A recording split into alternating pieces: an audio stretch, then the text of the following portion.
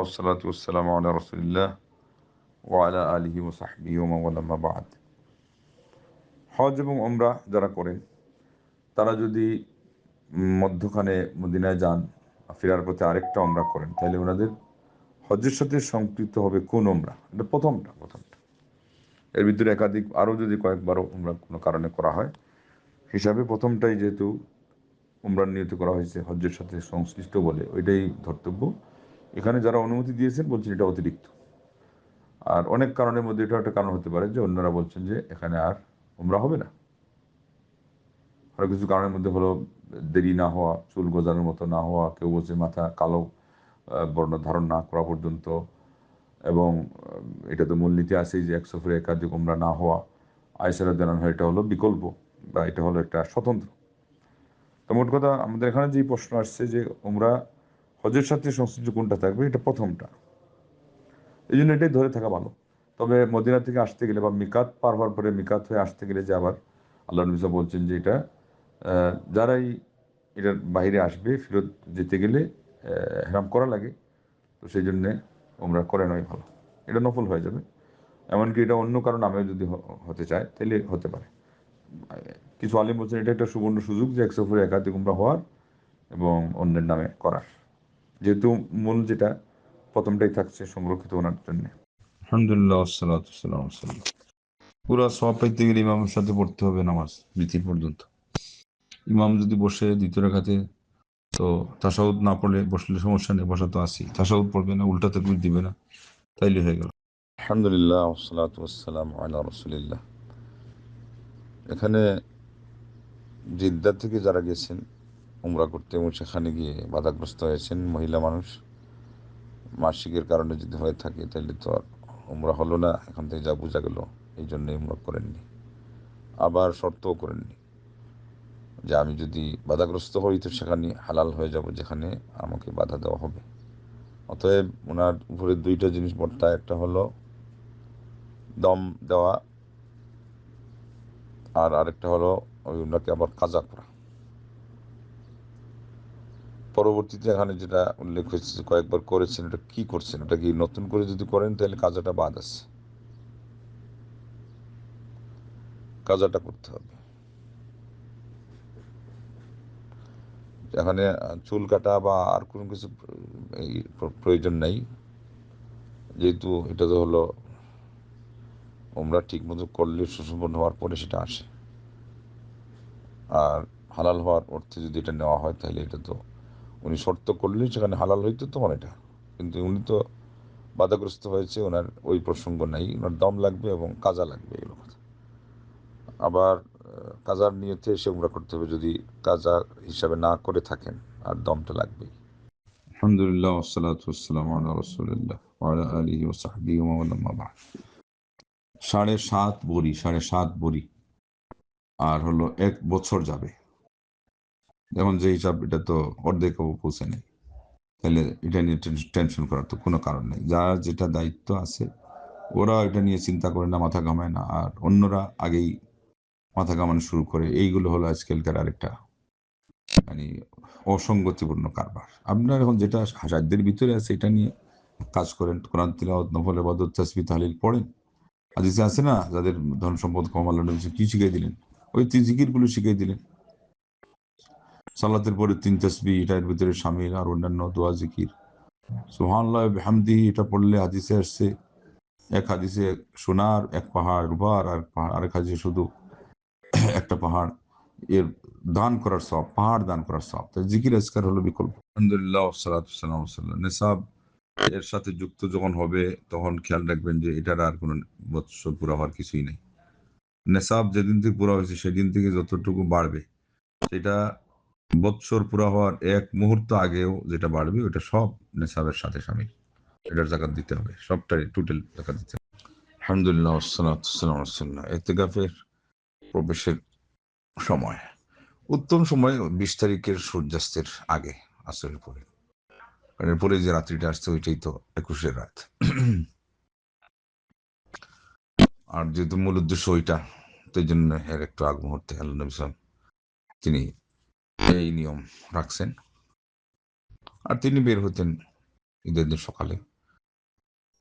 এখানে কিছু বিষয় আছে যে পরিস্থিতি অনুযায়ী, কারণ মূল জিনিসটা তো রাত পর্যন্ত শেষ, এবং শেষ রাতেই যদি কেউ কারণ বের হতে হয় তো সমস্যা নেই, আর না হলে সকালে যদি বের হলে সমস্যা না থাকে, তাহলে প্রস্তুতি ঈদের নিতে যদি ব্যাঘাত না ঘটে তো ফজরের পরে বের হবে। আলহামদুলিল্লাহ, সালাতাম। না জেনে শাওয়ালের নিয়ত 4টা রাখছেন, এদিকে ফরজ রোজা বাকি আছে, ধরে নফল হবে, কিন্তু নিয়মের উল্টা হওয়ার কারণে এটা সাধারণ নফল ধরতে হবে। আপনি আবার রোজা রমজানের গুলো কাজা করে এরপরে শাওয়ালের 6টা পুরা করেন, আর না পারলে আল্লাহ হয়তো ওইটাকেই কবুল করবেন। না জানা অবস্থায় শাওয়াল হিসাবেই হতে পারে, আশা আছে আর কি। নিশ্চিত হতে গেলে আপনার নিয়ম যেটা সুন্নাহ ভিত্তিক ফরজ আদায় করার পরে শাওয়ালের 6টা, অতএব সময় থাকতে এগুলো শুরু করা দরকার এবং যত তাড়াতাড়ি শেষ করা দরকার। আলহামদুলিল্লাহ, চায়ের বুড়ি শোনা জাকাত ফরজ হবে কিনা, তার সাথে টাকা আছে কিনা, ব্যবসায়ী পণ্য থাকে যদি থাকে তো ওইগুলো যুক্ত হবে, হয়ে 7.5 ভরির সমান যখন হবে তখন 1 বছর অতিক্রম করলে জাকাত হবে। ওয়ালাইকুম আসসালাম। ফরজ নামাজের পর নামাজ শেষে যেগুলো তাসবিহ তাহলিল জিকির আজকার ওগুলো হাদিস কোরআন থেকে বলে দেওয়া আছে, ওটা মুখস্থ করে পড়তে হবে, আর উত্তম হলো এটার অর্থ জেনে পড়া। সালাতের ভিতরেও পড়া যায়, সালাতের ভিতরে রব্বানা আতিনা ফিদ দুনিয়া সহ ভালো ভালো অর্থবহ দোয়া এগুলোই পড়া যায়, এখানে অন্য কোনো জিনিস বাড়াবেন না। এই যে আরেকজন দুরুদ পড়ার কথা বাড়াইছে, এগুলো না, এটা এরকম না। এটা সালাতের মধ্যে ওই দোয়ার অন্যান্য ফর্মালিটি লাগবে না, শুধু যে দোয়াটা করার ইচ্ছা, যেটা অর্থ দেখে মনে হয় যে আমার এটা প্রয়োজন, এটা করতে পারবেন, কোরআনের আয়াত হোক যেটাই হোক, এই মাসলা এই পর্যন্তই থাকবে। সালাতের পরে আপনি যে জিকির করতে চান, এগুলো সব যেগুলো হাদিসে আছে এগুলো করবে। এর পরে হলো সেখানে নামাজ তো না, আমাদের মধ্যে প্রশ্ন আসে যে আরবিতে করবো না বাংলা পড়বো। আমাদের বাহিরে যখন, এখানে আরবির আর বাংলার মধ্যে এক তিল পরিমাণ পার্থক্য নেই, বরং নিজের ভাষায় যখন আন্তরিকতার সাথে খুলে খুলে বলবে, তার আঞ্চলিক একটা ভাষা আছে যেটা বললে সে আল্লাহর সাথে মানে বোঝাপড়ার ব্যাপারে তার আরো মন খুলে বলতে পারে, সেটাই আরো বেশি এখানে কি উপযোগী। এখানে অন্য কোনো দিক এখানে বাড়ানো যাবে না, একজন আমাদের ভিতরে একজন বাহিরে, এগুলো চিন্তা করলেই মাসলা চলে যাবে অন্যদিকে। আল্লাহ পাক এর আলিমরা গবেষণা করে এতটুকু সুযোগ বের করেছেন, এটা আমাদের জন্য নিয়ামত, কিন্তু এটাকে হযবরল করলে এলোমেলো হয়ে যাবে, সব মাসলাই ঠিক থাকবে না। ওয়ালাইকুম আসসালাম ওয়া রাহমাতুল্লাহি ওয়া বারাকাতুহু। এখানে একটা বয়সের প্রশ্ন আসছে, এখানে সবসময় মনে রাখবেন নিয়ম হলো লিখিত প্রশ্ন দিতে হবে। প্রশ্নের মধ্যে অতিরিক্ত খালি এতটুকু আসছে সেজদায় দোয়ার যে সমস্ত আয়াত আছে সেগুলো পড়া যায়, আর যদি না পড়তে চায় তাহলে উত্তম হলো শেষ বৈঠকে সালাম ফেরানোর আগে, সালাম ফেরানোর পরেও বলা যায়, যেটা বাকি থেকে যাবে। দেখা গেল যে অনেক সময় মনে আসলো না, সালাতের পরে পড়বে তখন, কিন্তু কখন পড়বে, ওই যে ওজিফা জাতীয় তাসবিহ তাহলিল যেগুলো সালাতের পরে আসে এগুলোর পরে, কারণ এগুলোর একটা আলাদা মাহাত্ম্য আছে, এর গুরুত্ব আছে। আর অর্থ জানার চেষ্টা করবেন বাংলা অনুবাদ পড়ার, তাহলে যে দোয়াগুলো হাদিসে আসছে সালাতের ভিতরেই হোক, সেজদাতে হোক, রুকুতেও দোয়া আছে, সুবহানাকাল্লাহুম্মা বিহামদিকা আল্লাহুম্মা গফিরলি, এগুলো সব দোয়া। রুকুর মধ্যে দোয়ার কথা না, মূলত আল্লাহর বরত্ব বর্ণনা করা, অথচ এখানে একটা দোয়া জাতীয় কথা এসে গেছে। আর সেজদাতে তো দোয়া, শেষ বৈঠকে দোয়া, সূরা ফাতিহা নিজেই দোয়া। এরপরে যে তাসবিহ তাহলিল এগুলো বেশিরভাগ হলো দোয়া। এরপরেও যদি বাকি থাকে তাহলে আরবিতে বলেন, বাংলায় বলেন, নিজের ভাষায় বলবেন, এবং আগের যে উত্তর যেটা ওটাও শুনবেন। প্রত্যেকটা উত্তর শুনবেন, তাহলে অনেকের মানে এক প্রশ্নের মধ্যে একাধিক জনের উত্তর এসে যায়, তখন আপনার বারবার প্রশ্ন করা লাগে না, এবং একসময় একটা কথা আসে আরেক সময় আসে না, অনেক সময় একটু ব্যতিক্রম হয়ে যায় পরিস্থিতির কারণে, হযবরল হয়ে যায়। এই জন্য সবাই মনোযোগ দিয়ে এগুলো উত্তর হয়ে যায়, এটা যদি সবাই শুনেন, এরপরে প্রশ্ন নতুন আসে, তো এটাতে আমাদের নতুন কিছু শেখার সুযোগ হয়। ওয়ালাইকুম আসসালাম ওয়া রাহমাতুল্লাহি ওয়া বারাকাতুহু। উমরা করে 40 দিনের যে নিয়মানুবর্তিতার কথা বলছে, এটা সম্পূর্ণ একটা বানোয়াট কথা। 60 দিনেরও কোনো অনুশাসন নেই। পর্দা করবে মহিলারা, সারা জীবন পর্দা করবে, এতদিনের জন্য সে বাইরে যেতে পারবে না, এটা হলো এতেকাফ হলে একটা কথা। তোমরা কি এতেকাফ নাকি না কি, এগুলো কুসংস্কারের কথা শোনার সাথেই তো বোঝা দরকার যে এগুলো কুসংস্কার, এগুলো ইসলামের সাথে তার দূর সম্পর্ক নেই। আলহামদুলিল্লাহ, সালাতু ওয়াসসালামু আলা রাসূলিল্লাহ। এখানে যে প্রশ্ন আসছে এটার উত্তর আগেই অনেকটাই হয়ে গেছে। কাদের দিতে হবে, মূলত যারা গার্ডিয়ান, তারপরে সুন্নাত না ওয়াজিব, এটা হলো সুন্নাহ, তারপরে যারা কুরবানি দিবে না এই নখ চুল কাটাতে, তারাও বিরত থাকবে কিনা, এটা উত্তর হলো যে না, তাদের জন্য এটা প্রযোজ্য না। তবে যদি তারা বিরত থাকে, যারা কুরবানি দিচ্ছে না নখ চুল কাটা থেকে, তাহলে তাদের জন্য একটা সারপ্রাইজ আছে। ইমাম আলবানী রাহিমাহুল্লাহ হাদিসকে বিশুদ্ধ বলেছেন যে তারা কুরবানি দেওয়ার সব পেয়ে যাবে। আলহামদুলিল্লাহ ওয়াসসালাতু ওয়াসসালামু আলা রাসূলিল্লাহ। লজ্জাস্থানে স্পর্শের কারণে ওযু ভঙ্গ হবে কিনা, এটা যে কোনো অবস্থাতেই হোক, এই যদি কোনো আড়াল ছাড়া, কাপড় ছাড়া সরাসরি হয়, তাহলে ওযু ভঙ্গ হয়ে যাবে। নিজের হোক, বাচ্চা অনেক সময় পরিষ্কার করার সময় হোক, সামনের রাস্তা, পেছনের রাস্তা, এগুলো দুইটাই অযু ভঙ্গকারী, সরাসরি যদি স্পর্শ হয়ে যায়। আলহামদুলিল্লাহ ওয়াসসালাতু ওয়াসসালামু আলা রাসূলিল্লাহ। বৎসর খানেক আগে যদি কোনো উমরায় ভুল হয়ে থাকে, তাহলে এটা কাজা করা সম্পর্কে প্রশ্ন করেছিল, কিন্তু সন্দেহের কথা বলছে।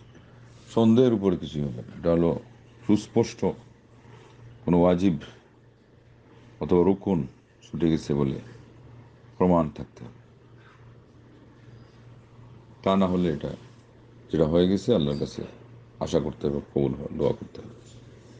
এই সন্দেহের উপর বলেই তো দম নেওয়া হচ্ছে একটা করে, এবং বাহুল্য দাম, চড়াও দামে তারা এটা তাদের একটা ব্যবসা হিসাবে নিচ্ছে। এই খুশিটা একটা বিষয়। এখানে আরেকটা হলো, নিশ্চিত না হয়ে সন্দেহের উপর এটা হবে না, নিশ্চিত হওয়া লাগবে, এবং এমত অবস্থায় আগে ওইটাই করতে হবে। বরং যত তাড়াতাড়ি করা যায়, এই আরেক বছরের অপেক্ষা ছাড়াই আসতে হবে কাজা করার জন্য, যদি সেখানে নিয়মতান্ত্রিক হালালভাবে কোনো ব্যবস্থা না থাকে, অথবা এই হজের মৌসুমে এসেও প্রথমে সেটা কাজা করতে হইতো। কিন্তু এই সন্দেহের উপর এটা কোনো প্রয়োজন নেই। আলহামদুলিল্লাহ সালাতু ওয়াসসালামু আলা রাসূলিল্লাহ। সহজ এবং গ্রহণযোগ্য বাংলায় তাফসীর বা অনুবাদ কোনটা? অনুবাদ হিসেবে তো দারুস সালামের এটা ডক্টর মুজিবুর রহমান সাহেবেরটা চলছে। এরপরে তাইসিরুল কোরআন উম্মুল হামাম ইসলাম সেন্টার থেকে বের হয়েছে, এটা সামান্য টিকা সহ, এটাও চলে। একটু সংক্ষিপ্ত ব্যাখ্যা হাসানুল বয়ান, হাফিজ ইউসুফ মকবুল, পাকিস্তানের আলিম, মারা গেছেন, উর্দুতে ছিল, বাংলায় অনুবাদ করা হয়েছে।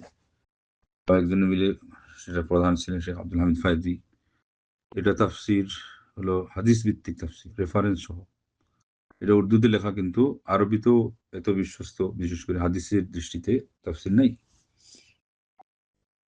এরপরে বিস্তরগুলো নিতে গেলে ইবনে কাসির আছে, ইদানিং তাফসিরে জাকারিয়া যেটা বের হয়েছে, এগুলো পড়া যায়। কিন্তু সর্বসাধারণের জন্য কাশফ, বাইজাবি, জালালাইন, এগুলো কোনোটাই না। ওগুলো হলো দর্সে নেজামি, যাকে বলা হয় দর্সে নেজামি। তাও সরকারিতে কোর্স ভিত্তিক পড়ে কিছুই পারবে না আদায় করতে। দর্সে নেজামিতে যেখানে চেষ্টা করা হয় অন্তত পুরা পড়ার জন্যে, বা মোটামুটি কিছু একটু তার হক আদায় করার জন্য, ওখানে চলে। আর এটা শাস্ত্রীয় জটিলতাতেই চলে যাচ্ছে সময়। এটা হলো ছাত্রদেরকে যোগ্যতার দিক থেকে শক্তিশালী করার জন্য এটা হয়। আর তারপরে আরো সমস্যা, এগুলোতে আকীদাগত সমস্যা। কেউ মুতাজিলা যেমন জামাখশারি, কেউ আশারি যেমন জালালাইনের লেখক জালালউদ্দিন সুয়ুতি, এগুলো তো কোনো দিক থেকে মানাবে না। ওয়ালাইকুম আসসালাম ওয়া রাহমাতুল্লাহি ওয়া বারাকাতুহু। নাম্বার দিবে, এখানে নাম্বার দিলে তখন গ্রুপে অ্যাড করার জন্য বলে দিব। আর এই পেশাবের ব্যাপারে এটা হলো, এদিকে ভ্রুক্ষেপ করবে না, সেজন্য তো অঞ্জলি পানি দিয়ে ছিটা দেওয়ার কথা বলা হয়েছে অজুর পরে, যাতে কোনো ওয়াসওয়াসা শয়তান যদি আনতে চায়, এমনকি এর ভিতরে এটাও শামিল, যদি কারো 2-1 ফুটা আসেও, তাই ইসলাম এটাকে ক্ষমা সুন্দর দৃষ্টিতে দেখছে। এর চেয়ে কঠিন ওইটা যে সে ওই দিকে যেন ভ্রুক্ষেপ করে অশান্তিতে না ভুগে। তো এটা দেখতেই হবে না, সুস্পষ্টভাবে কিছু হলে তখন ওই অনুযায়ী ব্যবস্থা নিতে হবে। আর আজান যদি না শুনতে পায়, তা টাইম হলো কিনা এই জন্যে রেকর্ডের আজানকে, বা যেটা দূর থেকে সময় মতো দেওয়া হয় সেটাকে ফলো করবে, কিন্তু এটা তো উত্তর হয় না, এটা যান্ত্রিক আজান। সেই জন্য উত্তর হলো শুধুমাত্র সরাসরি যিনি বাস্তবে একজন মুয়াজ্জিন আজান দিচ্ছেন সেটার হয়, কিন্তু টাইম এটাকে ধরবে এবং সেই হিসাবে নামাজ পড়বে। দূরে হওয়ার কারণে নিজে পরিবেশ থাকলে যদি বিশেষ সমস্যা না হয়, আজান দিবে, এবং একাউন্ট দিয়ে জামাত 2 একজন থাকলে এদেরকে করবে। তো হাদিসে আসছে কেউ যদি একা আজান দিয়ে নামাজ দাঁড় করে তাহলে তার চোখের দৃষ্টি পর্যন্ত ফেরেশতারা দাঁড়িয়ে যায়, আর যদি শুধু একামত দেয় তাহলে মাত্র দুইজন ফেরেশতা তার পিছনে দাঁড়ায়।